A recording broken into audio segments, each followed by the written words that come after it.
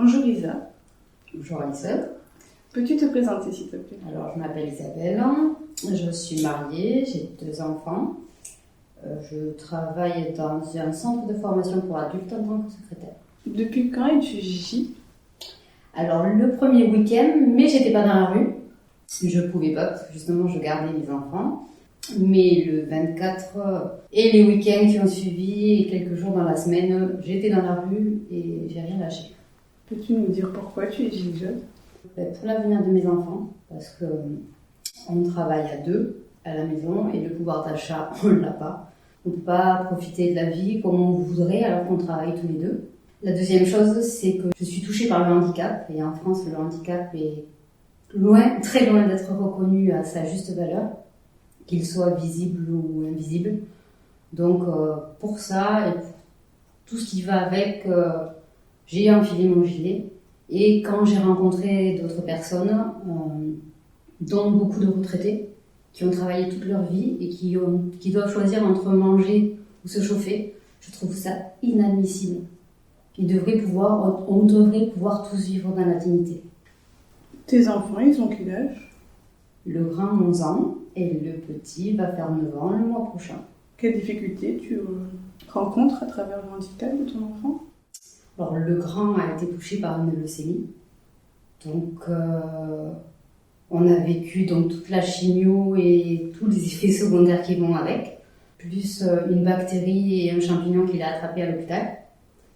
Donc, j'ai vu les services hospitaliers se dégrader parce qu'il a été diagnostiqué en 2011 et qu'on est en 2019. Les services sont de plus en plus remplis parce que moi, j'ai dû dormir par terre pour être avec lui dans sa chambre parce qu'il faisait des travaux pour agrandir le service où il était à l'hôpital de Toulouse. Le service, du moins les infirmières, les aides-soignantes, elles faisaient des services de 8 heures. À la base, elles sont passées à des services de 12 heures. Et je pense qu'elles peuvent faire ça en même temps, mais au bout d'un certain temps, il faut arrêter parce que maintenant, elles sont de plus en plus contrôlées sur les couches qu'elles donnent aux enfants. Parce que dans ce service-là, il y a tous les âges. Elles sont contrôlées sur les compresses qu'elles utilisent, sur les gants, sur tout est comptabilisé. Et le deuxième, c'est une autre forme de handicap parce qu'il a des troubles 10. Donc il a un suivi pédopsychiatre, psychomotricienne, orthophoniste, orthoptiste et des choses sont remboursées d'autre part. Mais je préfère investir pour lui, pour son avenir, qu'il parte sur de bonnes bases et on se prive d'autres choses du coup. Qu'est-ce que tu attends du gouvernement, de l'État? Je crois que maintenant, j'attends plus rien, en fait. Non, parce qu'on voit qu'ils sont méprisants envers nous. Je pense qu'il faudrait que ça change. Parce que, justement, ils savent prendre aux petits pour eux continuer à s'enrichir. Ils votent des lois alors qu'aucun n'a un casier vierge. Aucun, j'exagère peut-être, mais beaucoup d'entre eux n'ont pas le casier vierge. Alors que nous, du moment, là où je travaille, comme c'est un centre de formation pour adultes en difficulté, on m'a demandé mon casier. Et s'il n'avait pas été vierge, je pense que je n'aurais pas été prise. Donc, je pense qu'à ce niveau-là, ça devrait être pareil. Après, on paye pour 5 présidents, parce que les anciens, plus les ministres, plus les députés, plus les sénateurs, leurs familles, leurs enfants, la totale. Et je pense qu'ils devraient se mettre au même niveau que nous, c'est-à-dire que ils font leur mandat. Une fois le mandat fini, Pôle emploi, comme les autres, avec un temps limité, et au niveau du salaire, du moins de la rémunération de Pôle emploi, pareil, quoi. Limité, comme le peuple, on sait bien que le général de Gaulle, lui, il payait son électricité à l'époque, et je pense qu'on devrait revenir à ces valeurs-là, quoi. Qu'est-ce qui ferait donc que tu resterais à la maison? Pour quel changement te ferait rester à la maison? Que le peuple ait son mot à dire sur les lois qui sont votées, sur le pouvoir d'achat que les gens récupèrent. Une autre façon de répartir les richesses, en fait. Si les plus riches en France répartissaient mieux ou investissaient peut-être davantage dans les usines en France pour qu'il y ait de l'emploi, pour que les gens puissent vivre dignement, peut-être que ça relancerait l'économie et ça permettrait d'aller plus loin. Donc là-dessus, le RIC, le peuple a son mot à dire, je pense. Dans la démocratie, à la base, c'est ça.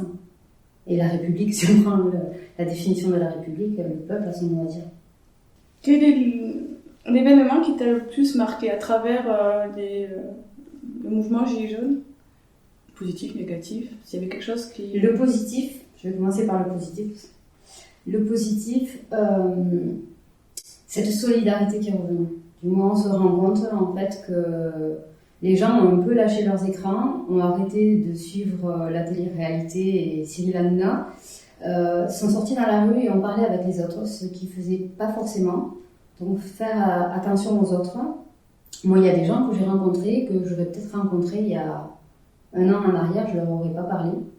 Parce qu'en France, on est beaucoup sur les apparences, sur le comportement. Donc peut-être que, et en fait, en discutant avec eux, on se rend compte qu'ils sont comme nous, quoi. Donc je pense que le côté positif des Gilets jaunes, c'est ils ont ouvert les yeux sur ce qui se passe réellement en France. Et cette solidarité qui est revenue, on s'entraide tous. On l'a vu pour Yannick, par exemple. Il y en a qui sont partis chercher son scooter quand il a été incarcéré. Ils l'ont aidé à trouver un patron, il a été conseillé. Ils ont soutenu, du moins les Gilets jaunes, c'est une famille, ils ont soutenu sa compagne. Et pour d'autres, du moins Arnaud, là, il va être papa ou il est papa depuis peu, donc il cherche du matériel pour ses jumelles. Donc il y a des annonces qui sont passées. Je sais qu'il a récupéré quelques affaires pour les jumelles. Donc je pense qu'il y a cette solidarité-là qui est revenue, ou en tout cas qu'on voit plus. Et après, le côté négatif, c'est toute cette division que le gouvernement a fait en fait entre les forces de l'ordre et le peuple. Parce que je pense qu'avant d'être des Gilets jaunes, on est des citoyens. Et ils sont arrivés, alors je ne sais pas comment ils ont fait dans cette manipulation, à dévaloriser des métiers tels que les forces de l'ordre. Et je trouve ça malheureux parce qu'ils sont censés nous protéger et nous sécuriser. Les médias, et même au niveau de la justice, tout ce qui est juge et avocat, ils ont vraiment réussi à décrédibiliser tous ces corps de métier qui, à la base, ne devraient pas l'être, quoi. As-tu subi la répression ou...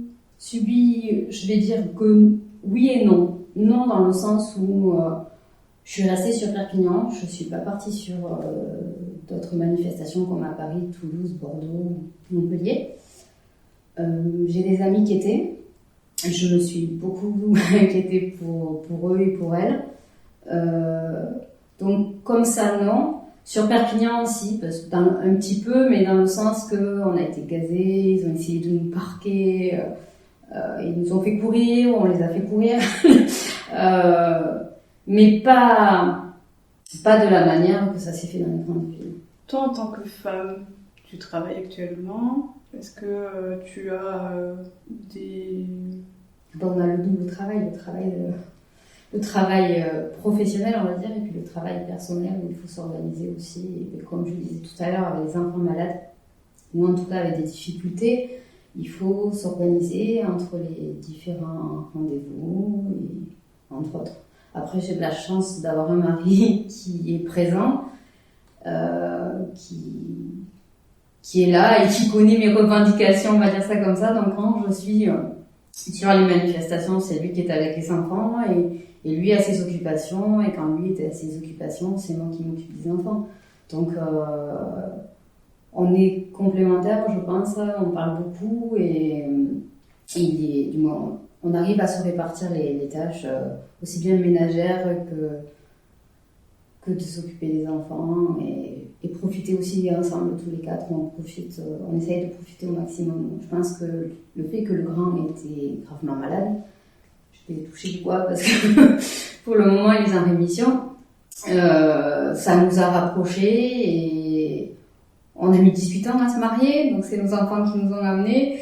Maintenant on est dans la période où on veut profiter au maximum de la vie et des bons moments. Tes enfants, ils comprennent maman chez les jeunes? Pas forcément au début, pas surtout, mais là j'ai le grand qui a étudié la Deuxième Guerre mondiale là en fin d'année et il a fait des rapprochements sans qu'on lui en parle. il a fait des rapprochements avec le gouvernement de Vichy, Hitler et le gouvernement actuel. Mais en gros, la milice, c'est les policiers maintenant quand ils tapent. On va pas dire ça comme ça, mais un peu quand même.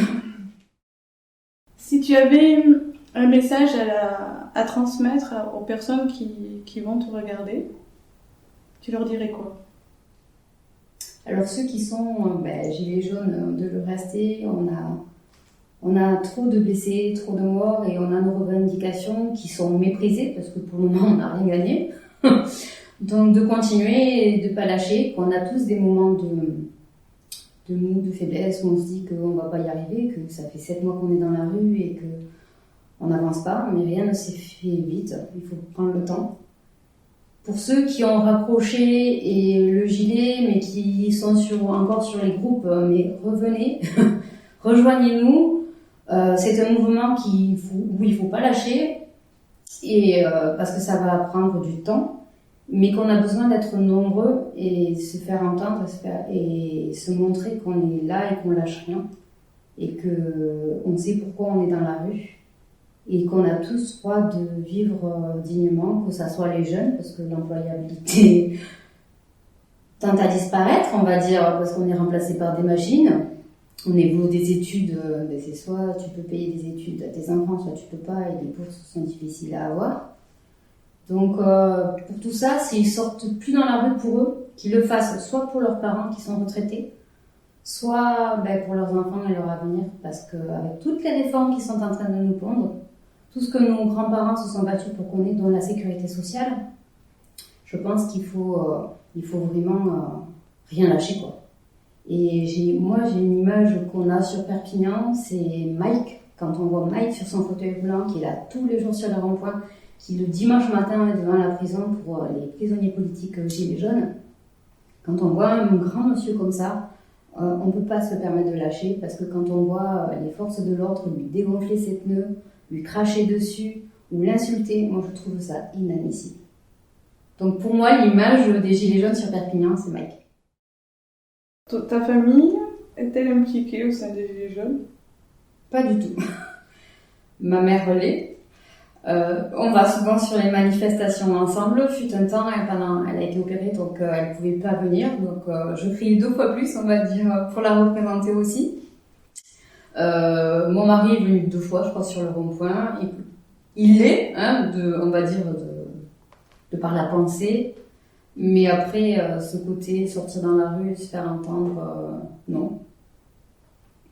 J'ai un cousin de CRS qui ne me parle plus, suite à ça. Après, je connais du monde qui sont militaires, qui sont policiers, et certains ne m'ont pas tourné le dos, on va dire ça comme ça. Je leur ai pas tourné le dos non plus. Il y a pas longtemps, à la gendarmerie, pour Momo, quand on était devant la gendarmerie, il y en a un, il m'a fait signe d'un côté, moi je lui ai fait signe de l'autre, mais on sait pas, voilà, chacun son camp, on va dire, à ce moment-là. Mais oui, et puis moi, mon regard aussi sur les autres a changé. Je me suis rendu compte qu'il y en a certains qui adoraient se plaindre, mais qui sont pas capables de sortir dans la rue et de le dire haut et fort, ou en tout cas d'avoir le courage de s'exprimer et de l'exprimer comme on devrait, quoi. Et après, forcément, il y en a qui m'ont tourné le dos. J'ai fait un tri, on va dire. J'avais déjà fait un tri, parce que quand on a un enfant malade, le tri se fait quasiment tout seul. Et là, on se rend compte que il y a des gens où je m'attendais à ce qu'ils soient là et ils sont pas là. Et d'autres que je m'attendais pas, et par contre, je les ai vus dans la rue, devant, crier, s'enchaîner au tribunal, ou entre autres. Donc, on se fait des images des gens, même sur nous, oui, mon regard sur les autres a changé, mais je pense que leur regard à eux a changé aussi sur nous. Donc forcément, il y a un tri. On arrive à des âges, je viens de faire 40 ans, on arrive à des âges où ça se fait aussi automatiquement, et je regrette rien. S'ils m'ont tourné le dos parce que j'ai ce côté revendicatrice, c'est qu'ils n'ont pas compris qui j'étais. Parce que j'ai toujours été dans la rue. Donc, faut les manifs comme contre la loi Macron à l'époque, Juppé avant. Raffarin aussi, donc j'ai toujours eu un côté revendicatrice, donc le fait que j'ai enfilé le gilet, je suis une citoyenne et je connais mes droits, je connais mes devoirs, et je pense que s'ils m'ont tourné le dos pour ça, c'est que c'était pas des amis, ou c'était la famille, on peut pas faire autrement, hein, on l'a choisi. Pas. Dans ton travail, et il te faut un casier vierge, et à travers les manifestations, tu prends des risques, un certain risque. Est-ce que ça te fait peur? Oui, j'ai peur. J'ai peur, et de plus en plus, hein, parce que quand on voit ce que deviennent... on est un peu plus divisé, on va dire ça comme ça. On a les gilets jaunes d'un côté et les forces de l'ordre en face qui n'hésitent plus à tirer et à tirer. Donc oui, j'ai peur, mais je pense que le risque, je suis prête à beaucoup de choses pour mes enfants en fait. Et ce que je vois, c'est l'avenir de mes enfants. Quand je suis sur les manifs, c'est quel avenir on leur réserve, quoi. Donc oui, si je viens à avoir le casier qui soit plus vierge, je le sais. C'est un risque que je prends chaque fois que je sors. Mais c'est comme certains qui ont été borgnés. On ne sait jamais quand on va sur les manifs maintenant. On sait qu'on peut rentrer en ayant perdu la vue, hein, parce que la police est censée protéger, ça crève les yeux, n'est-ce pas? Donc on s'est rendu compte au début, quand on est sorti, c'est peut-être pour ça aussi qu'on est moins nombreux. Au début, quand on est sorti, on n'avait pas cette vision-là. Donc on allait comme on allait manifester il y a des années en arrière. Maintenant, quand on sort dans la rue, on sait qu'on prend des risques parce qu'il y a d'autres citoyens qui ne sont pas d'accord non plus avec le mouvement et qui n'hésitent pas à foncer sur les gilets jaunes.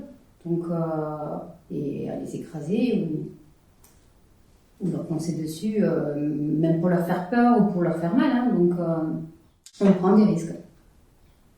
Et au niveau du casier, ben oui, forcément. Je sais que, d'ailleurs, quand je m'en vais, j'ai le numéro de l'avocat, de plusieurs avocats d'ailleurs, si jamais je pars en garde à vue.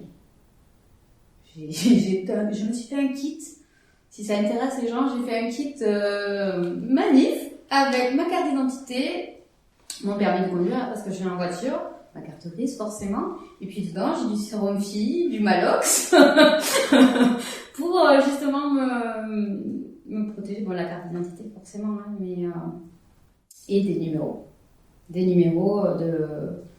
de l'association La Liberté des Droits de l'Homme aussi, et des numéros de certains avocats de Perpignan. On ne sait jamais. Donc, tout à l'heure, tu nous disais que ton mari travaillait. Est-ce que tu peux développer un peu les difficultés que tu rencontres? Alors, les difficultés que je rencontre, c'est que quand mon grand est tombé malade, j'étais en congé parental, donc je ne touchais pas à grand-chose.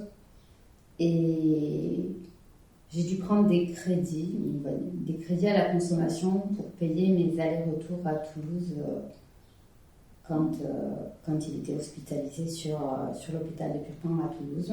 Donc le week-end, mon mari, qui était sur Perpignan avec le bébé, montait, prendre la relève, on va dire ça comme ça, passer du temps avec le grand qui était hospitalisé à Toulouse, et moi l'inversement, je faisais l'aller-retour dans le week-end pour venir voir le bébé qui avait 9 mois à l'époque et le grand en avait 3, donc ça a été un peu compliqué. Donc tous ces allers-retours c'est pas pris en charge, hein, donc on a fait des crédits à la conso puisqu'on était tous les deux en CDI, donc on paye encore forcément. Suite à ça, j'ai soigné mon fils, je ne me suis pas soignée moi, et quand j'ai dû reprendre mon emploi, je me suis retrouvée dans l'incapacité de le faire. J'ai dû me faire opérer, et suite à cette opération, je n'ai pas pu reprendre mon emploi. Donc je me suis retrouvée au chômage, et après le chômage, depuis j'alterne les contrats aidés. Donc ça a été CAE et maintenant c'est un PEC. Et donc forcément, ça, pour rembourser ou en tout cas racheter ces crédits à la conso qu'on avait pris à l'époque à des taux un peu trop élevés, on va dire, on avait dit que quand je reprendrai le travail, on rachèterait, mais ça n'a pas été le cas. Et maintenant, avec le petit qui a un suivi, la psychologue ne s'est pas remboursée et la psychomotricienne non plus. Donc ça a un certain coût par mois, mais on préfère investir pour lui plutôt que de partir en week-end ou partir en vacances au ski, quoi. Mes enfants savent pas skier, je peux pas leur payer. Comment vois-tu l'avenir du mouvement ? Je pense que même si les gens rentrent chez eux, la colère est présente. Donc s'ils rentrent chez eux parce que financièrement on se prend des PV aussi, donc ça a un coût aussi de sortir sur les manifestations, parce que l'essence, on a bien vu, hein, ça nous a fait sortir, c'était la goutte d'eau qui a fait sortir les gens, mais si les gens rentrent chez eux, la colère elle est là, donc ils ressortiront. Le peuple français est réputé pour son côté révolutionnaire, et je pense que ce côté-là, les gens ils sont fatigués. Lors de blocages, tu as été face à quelques événements plus ou moins musclés au niveau des citoyens, policiers, surtout au niveau des citoyens lambda, qui sont parfois virulents. As-tu été témoin d'événements ? Plusieurs fois. Quand on a fait le mouvement des femmes le dimanche, c'est arrivé 2 fois, où on était dans la rue, on était en train de danser, certains étaient en train de danser, d'autres étaient par terre en train de faire, comment ça s'appelle, où les enfants étaient contents parce que c'était vraiment bon enfant, et là il y a un monsieur qui est descendu qui a voulu foncer avec son 4x4 quand il nous a vus, puis il y avait quand même une sécurité, donc il s'est arrêté, mais il est descendu, il est remonté dans la voiture, il voulait vraiment nous foncer dessus. Du coup, moi j'étais en train de filmer, donc je l'ai vu et j'ai dit à tout le monde de se bouger parce qu'il était vraiment très très en colère. Il nous a dit que c'était pas normal, qu'on l'empêchait de faire son travail, qu'à cause de nous, son chiffre d'affaires avait baissé, donc on a bien compris que c'était un patron d'un café de Perpignan, dont je ne donnerai pas le nom, hein, mais je peux comprendre qu'il soit en colère parce que dans les premiers temps, on a pas mal bloqué, on s'est bien fait entendre et ça peut gêner les petits commerçants. Ça a pu, en tout cas, gêner les petits commerçants.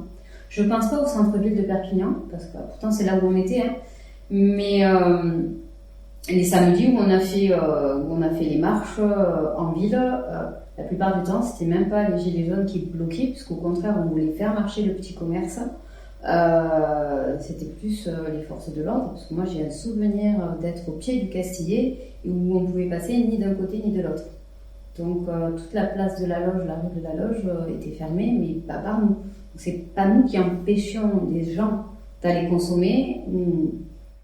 Après, moi ce que j'ai envie aussi de dire à ces petits commerçants, c'est que eux, ils sont, on va dire, matraqués par l'URSSAF et tout ce qu'on leur demande de payer, et que si leur chiffre d'affaires a baissé, il faut arrêter de dire que c'est la faute aux gilets jaunes. Et c'est plutôt que les gens n'ont plus de pouvoir d'achat, ils ne peuvent plus consommer comme ils consommaient. Donc oui, forcément, comparé à quelques années en arrière, ou même peut-être à l'année d'avant,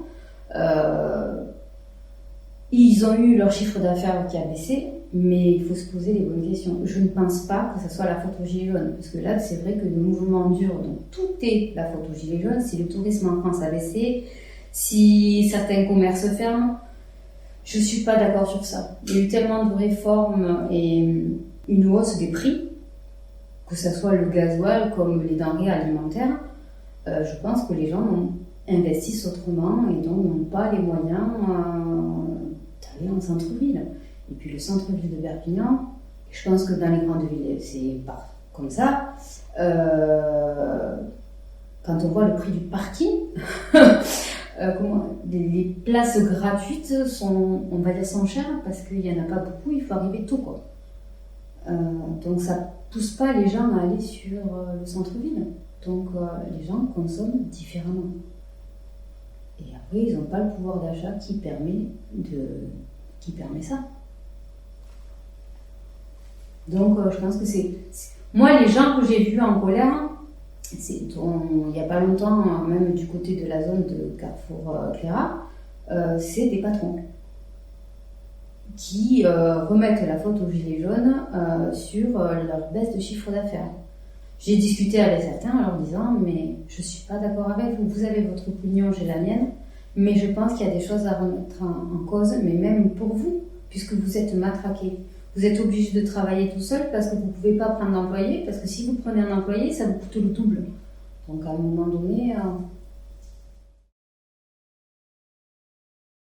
Si tu avais le président en face de toi, qu'est-ce que tu lui dirais? Oh punaise. Alors là...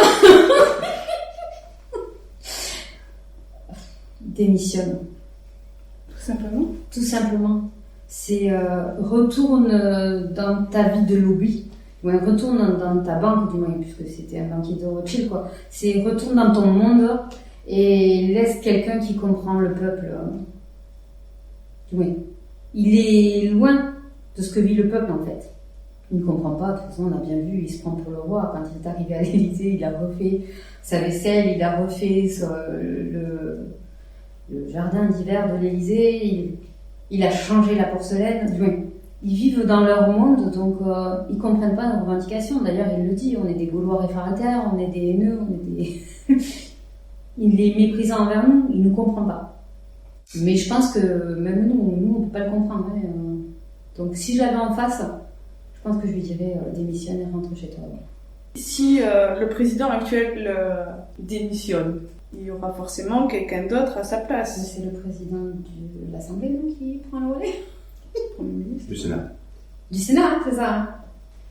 C'est le président du Sénat. Mais lui, c'est pareil. Hein. Je pense qu'il tous ceux qui font notre gouvernement actuel, ils ne comprennent pas. Dire un non là, comme ça, j'en ai pas. Il y en a certains du lot qui sont ressortis. J'aime beaucoup, alors qui ne sont pas politiques, hein, François Boulot. J'aime beaucoup sa façon, et lui, il sait de quoi il parle. Hein. On l'a bien vu quand il s'est retrouvé en débat face à Marlène Schiappa. Lui savait de quoi il parlait, mais elle comprenait rien à ce qu'il disait. Donc lui, il sort un peu du lot. J'aime beaucoup aussi Alexandre Langlois. Alors je sais que c'est un policier qu'il est syndiqué, que ça plaît pas, mais c'est des hommes qui sortent un peu du lot.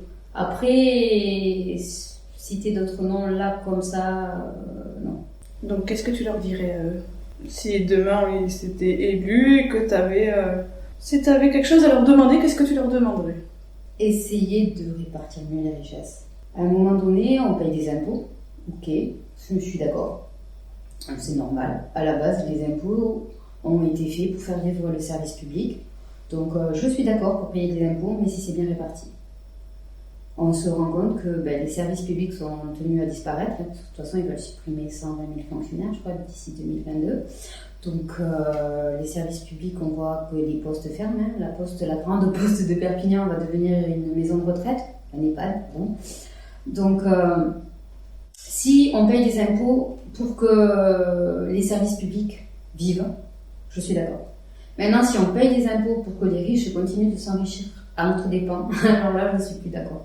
Et on le voit même au niveau de l'état de nos routes, du moins. Le service public se dégrade complètement. Donc, où va tout cet argent? Donc, si le nouveau ou la nouvelle qui arriverait, c'est jeter bien un œil sur les budgets. Arrêtons de payer les privilèges des anciens présidents, ministres et autres. Et revenons à l'essentiel. Et peut-être même qu'au niveau de l'Élysée, s'ils payaient leur électricité, s'ils payaient leurs impôts, s'ils payaient mais comme le citoyen lambda, peut-être qu'on vivrait tous mieux. Donc ils jettent bien un œil sur ce budget de répartir différemment que chacun d'entre nous, jeunes, vieux, âgés, handicapés, blanc, noir, jaune, peu importe, que tout le monde puisse vivre dignement. Merci. Merci à toi et merci à vous.